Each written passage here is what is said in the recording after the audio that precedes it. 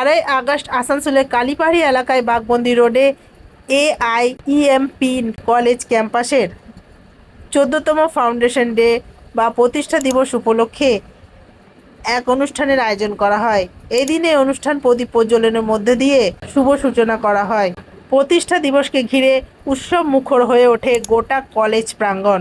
এদিনে অনুষ্ঠানে উপস্থিত ছিলেন AIEMP কলেজ ক্যাম্পাসের ডিরেক্টর হরিনারায়ণ মিশ্রা, রামকৃষ্ণ মিশনের মহারাজজি স্বামী সমতানন্দজি মহারাজ, বিজেপির জেলা সভাপতি Debtanu Bhattacharya, principal doctor Lisa Mishra, DN Shankha সরেল সহ অন্যান্য বিশিষ্ট ব্যক্তিরা প্রদীপ প্রজ্বলনের মাধ্যমে অনুষ্ঠানের শুভ সূচনা করা হয়। এরপর অনুষ্ঠানে 14তম বছরের পথ চলার শিক্ষার ক্ষেত্রে প্রতিষ্ঠানের অবদান এবং আগামী দিনের লক্ষ্য নিয়ে আলোচনা করা হয়। অনুষ্ঠানে শিক্ষক, শিক্ষার্থী এবং অন্যান্য আধিকারিকদের উপস্থিতিতে কলেজ ক্যাম্পাস তৈরি হয় উৎসবের আবহাওয়া। প্রতিষ্ঠা দিবস উপলক্ষে শিক্ষার্থীদের উদ্দেশ্যে অনুপ্রেরণামূলক বক্তব্য রাখেন উপস্থিত বিশিষ্ট অতিথিরা। দীর্ঘ 14 বছরের সাফল্যের ধারা বজায় রেখে আগামী দিনে আরও উন্নত শিক্ষা প্রদান এবং ছাত্রছাত্রীদের উজ্জ্বল ভবিষ্যৎ গড়ে তোলার লক্ষ্যে এগিয়ে যাওয়ার বার্তা দেওয়া হয় এই দিনের অনুষ্ঠানে। শিক্ষা ও মানবিকতার মেলবন্ধনে AIEMP কলেজ ক্যাম্পাসের এই প্রতিষ্ঠা দিবসের অনুষ্ঠান নতুন প্রজন্মকে এগিয়ে যাওয়ার অনুপ্রেরণা যোগায়। Green Asansol, clean Asansol. আপনাদের শহর আসানসোলকে রাখুন সবুজ ও সতেজ। 14 বছর আগে এখানে ভিত্তিপ্রস্তর স্থাপন করেছিলাম।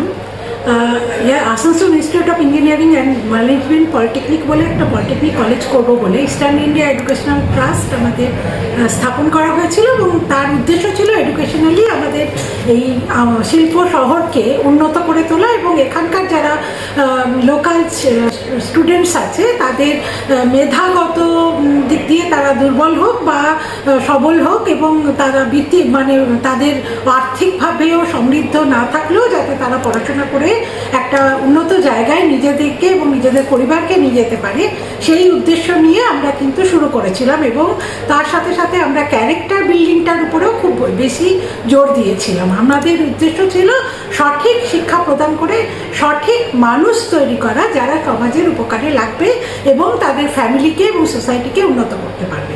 তো আমাদের অনেক বাধা বিপত্তির মধ্যে দিয়ে আমাদের ইনস্টিটিউটকে এগিয়ে যেতে হয়েছে।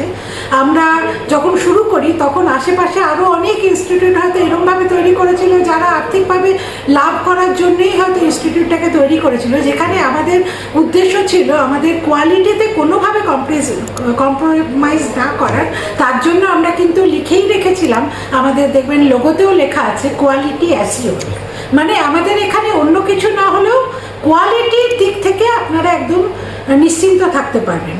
তো সেক্ষেত্রে আমাদের অনেক আর্থিকভাবে আমাদের অসহায় অবস্থার মধ্যে দিয়ে স্টুডেন্টদের যেমনভাবে কোভিডের পরে যেমনভাবে তাদের অনেকের চাকরি চলে যায় বা অনেকের ব্যবসাতে অসফল হয় বাবা মারা, সেক্ষেত্রে তাদের আর্থিক দিক দিয়ে তারাও দুর্বল হয়ে পড়ে এবং আমাদের কলেজকে চালানোর পক্ষে আমাদেরকে অনেক কষ্ট করতে হয় বা পরিশ্রম করতে হয় এবং প্রথম দিকে যে কোনো জিনিস দাঁড় করানোর পেছনে অনেক স্ট্রাগল থাকে।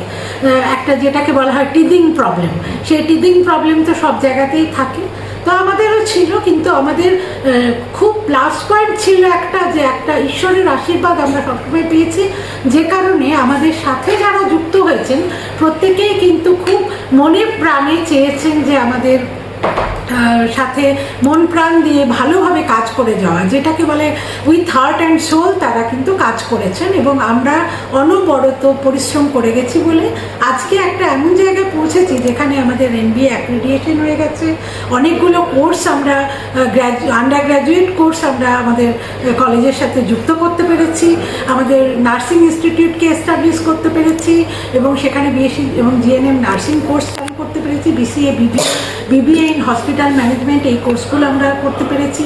এখানে যে শিল্প শহরে যে শিল্পতে টিকে থাকতে গেলে যে কোর্সগুলোর এবং এখানকার ফ্যাকাল্টি গ্রুপ ভীষণ ভালো, সবাই কোয়ালিফাইড এবং তারা কিভাবে স্টুডেন্টদেরকে পরিচালিত করবে শিক্ষা দিয়ে, তার জন্য ওদের যোগ্যতা এবং অভিজ্ঞতাকে আমি ধন্যবাদ জানাই। এখানে আমরা 3 বছরের কোর্স যখন করেছিলাম তখন এখানে Asansol institute of engineering management polytechnic diploma engineering college ছিল বলে, পরে আমি পরবর্তীকালে কী করলাম, ওটা 4 বছরের ডিগ্রি কোর্স শুরু করলাম। যেমন ম্যাকাউট থেকে BBA, BBA hospital management, BSc nursing, GNM সব যখন নিলাম তখন আমার মনে হলো, তখন তো আর পলিটেকনিক মধ্যে আবদ্ধ থাকছি না, তখন আমার এখানে এই কলেজের নামটা আমাকে চেঞ্জ করতে হলো, এআইএমপি নলেজ ক্যাম্পাস বলে পরিচিত হলো। এবং দিনকে দিন স্টুডেন্ট সংখ্যা বেড়ে যাচ্ছে।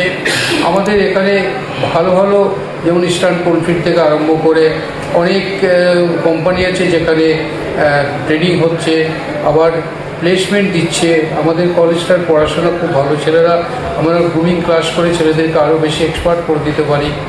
তাই আমাদের কলেজ থেকে প্রতি বছর ভালো ভালো কোম্পানি প্লেসমেন্ট দিয়ে যাচ্ছে। আমরা তাতে সন্তুষ্ট। ছেলেমেয়েদের পরীক্ষা, ছেলেমেয়েদের পড়াশোনার উপর যে নজর আছে তাতে আমি খুব সন্তুষ্ট।